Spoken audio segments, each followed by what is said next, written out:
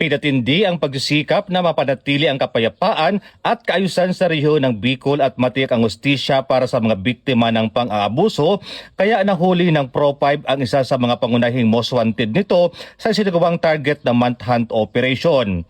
Ang mga operatiba mula sa Goa Municipal Police Station ng Camarines Sur Police Provincial Office sa pagkipaugnayan ng Regional Intelligence Unit 5 Provincial Intelligence Team Camarines Sur ay nagsagawa ng manhunt Charlie na nagresulta sa pagkakaaresto ng Rank 5 Regional Most Wanted Person ng Pro5.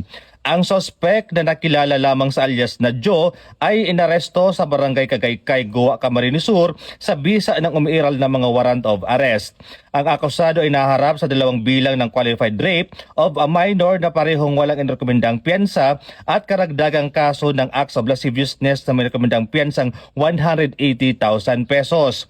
Matapos ang kanyang pagkakaaresto, ipinalam sa sospek ang dahilan ng kanyang pagkakadakip at ang kanyang mga karapatang konstitusyonal. Siya ay kasalukuyang nasa kustodiya ng Goa MPS para sa wastong disposisyon at dokumentasyon bago iharap sa kaukulang hukuman. Pinuri ni Police Brigadier General Erasto N. Miranda, Regional Director ng Pro5 ang mga unit na nagsagawa ng operasyon at muling pinagtibay ang matibay na paninindigan ng Pro5 laban sa kriminalidad.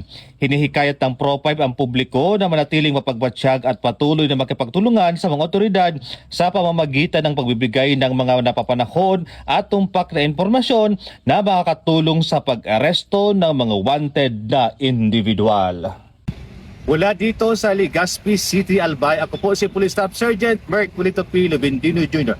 Nag-uulat para sa Police News Network at ito ang bagong PNP para sa bagong Pilipinas, serbisyong mabilis, tapat at nararamdaman.